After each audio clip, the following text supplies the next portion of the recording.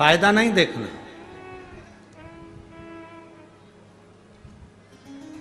तो इतने समय से भगवान के मंदिर जा रही है, फायदा क्या हुआ? फायदा नहीं देखना।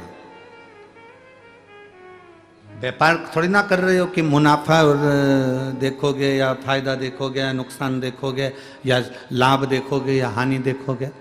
भगवान के मंदिर में जल चढ़ाना लाभ और हानि के लिए चढ़ा रहे हो क्या? अरे बोलो तो जम के। फायदे के लिए चढ़ा रहे हो कि ये फायदा होगा तो हम चढ़ाएंगे ना। चलो जाने दो, एक बात अच्छे से समझ लो। तुम इतने से थे, हम भी इतने से ही थे, मां की गोद में सोते थे, जन्म लिया था, मां हमको हॉस्पिटल लेकर चली गई, आपको भी आपकी माता हॉस्पिटल लेकर गई होगी, और हाथ में और यहां गोद गोद के इंजेक्शन लगाए जाते थे। बोलो याद है कि नहीं? आपका हाथ उठाकर देखना, थोड़ा सा कपड़ा उठाकर देखना, यहां निशान बना होगा तुम्हारे को जो इंजेक्शन लगे थे, जो टीके लगे थे उसका। लगे कि नहीं लगे? सब बोलो ये। सबके हाथ में टीका लगाए कि नहीं लगा? इंजेक्शन लगाए कि नहीं लगा? अब कोई माँ हॉस्पिटल में डॉक्टर से कह दे साहब मेरे बच्चे को कोई बीमारी है क्या जो तुम इंजेक्शन लगा रहे हो? मेरे बच्चे को कोई टिटनेस का इंजेक्शन लगा रहे हो, चेचक का इंजेक्शन लगा रहे हो, कहीं पोलियो की दवा पिला रहे हो, मेरा बच्चा कोई पोलियो ग्रसित है क्या? मेरे बच्चे को कोई ये बीमारी है क्या? मेरे बच्चे को ऐसा है क्या? डॉक्टर क्या कहता है, देखो आज अगर इसको कष्ट हो गया, आज अगर इसको तकलीफ हो गई तो हो जान दो, 2-3 दिन बुखार आएगा, 2-3 दिन रोएगा, रात भर जागेगा, क्योंकि इंजेक्शन का टीके का दर्द होगा। तुम भी जागना पड़ेगा, टेंशन मत लो। अगर आज इंजेक्शन लग गए, आज अगर पोलियो की दवा पी ली, आज अगर चेचक के इंजेक्शन टीके लग गए तो ये आखिरी तक, इसके मरते दम तक इसको ये बीमारी लौट कर नहीं आएगी, इसकी गारंटी हमारे पास।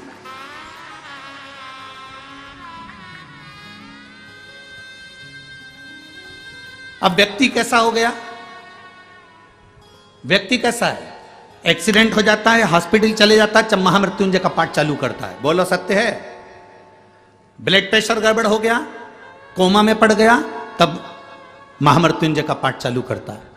वेंटिलेटर पर पड़ा है, तब महामृत्युंजय का पाठ चालू करवाते हैं उसके घर के लोग। महामृत्युंजय का पाठ करवा, वो ठीक हो जाएगा। महामृत्युंजय का पाठ करवा, उसका एक्सीडेंट हो गया। महामृत्युंजय का अनुष्ठान करवा, उसके साथ ही हो गया। अर्थात अगर यही इंजेक्शन तुझे पहले लग गया होता, तू रोज 1 लोटा जल देवादिदेव महादेव को चढ़ा रहा होता, तो प्रतिदिन शंकर जी के मंदिर पे चढ़ा हुआ जल पी रहा होता, तो तुझे आज वेंटिलेटर पर पड़ा नहीं होना पड़ता।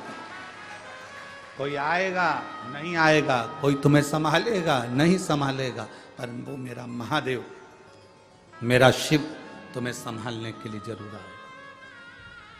मेरा शंकर, मेरा शिव तुम्हें संभालने के लिए जरूर आएगा। मेरा देवादिदेव महादेव तुम्हें संभालने के लिए जरूर आएगा। अगर तुम्हारा विश्वास दृढ़ है, तुम्हारा भरोसा पक्का है, तुम शिव के शिव तुम्हारा हो गया, तो फिर तुम्हें पीछे नहीं हटना।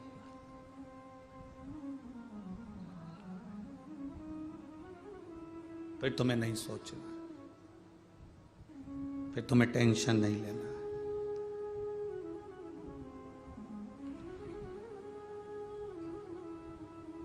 दर्पण में मुख नहीं होता, संसार में सुख नहीं होता।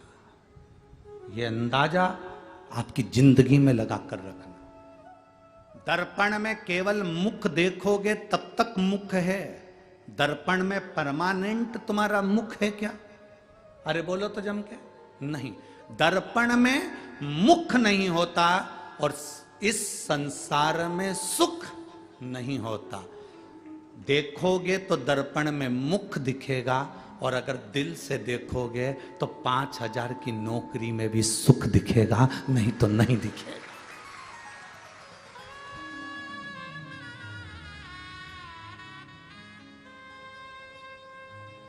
दर्पण में परमानेंट मुख नहीं होता, देखोगे तब दिखेगा। संसार में सुख नहीं होता, देखोगे तो दिखेगा। आपने सोच लिया कि मैं 10,000 की नौकरी में भी सुखी हूं, मतलब आप सुखी हो। और कोई करोड़ों रुपए कमा ले और उसमें भी नहीं सुखी रहता, उसमें भी जिंदगी भर रोता रहता, तो उसमें सुख नहीं है। आप 2 रोटी खा रहे हो और सुख की जिंदगी जी रहे हो, तो आपको रूखी रोटी में भी सुख नजर आएगा, और नहीं तो कोई घी की भी दे देगा तो सुख नजर नहीं आएगा,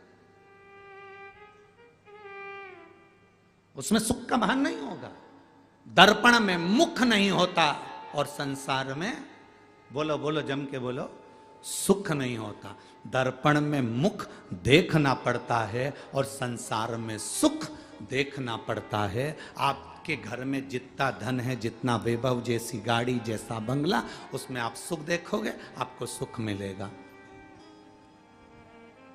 आप दूसरे के घर में झांकोगे, आप दूसरे के ओर देखोगे तो सुख का अनुभव नहीं होगा। आप दूसरों से अपने जीवन को कंपेट में रखोगे, अपने जीवन को संतुलन देखोगे कि मेरे बराबर है कि नहीं, ना मैं उसके बराबर हूं कि नहीं, हमको नहीं देखना।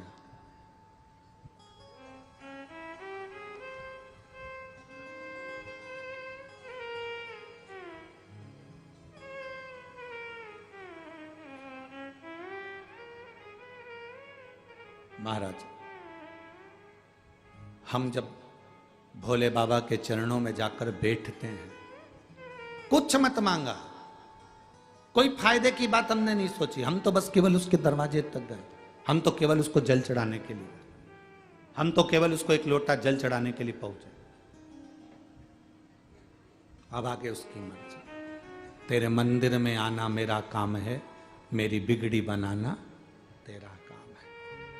तेरी चौखट पर मैं आ ही गया, मुझे दर्शन दिखाना तेरा काम।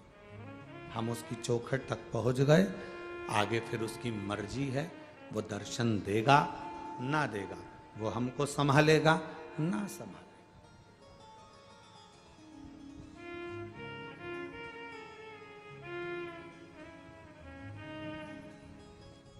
दो जगह गिरना होता है, एक रोड पर चल रहे हो तब गिर गए,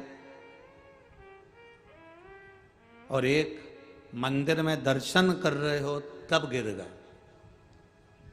दो जगह गिरना, दो जगह गिरने का क्रम, एक रोड पर चलते चलते गिर गए, एक मंदिर में गिर गए।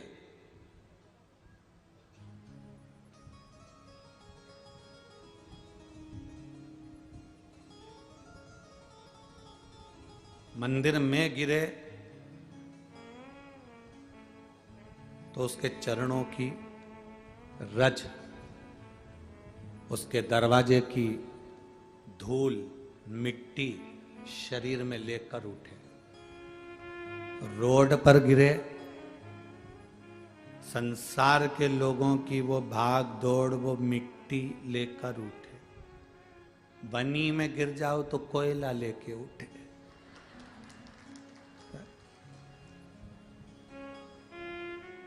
अब उठे,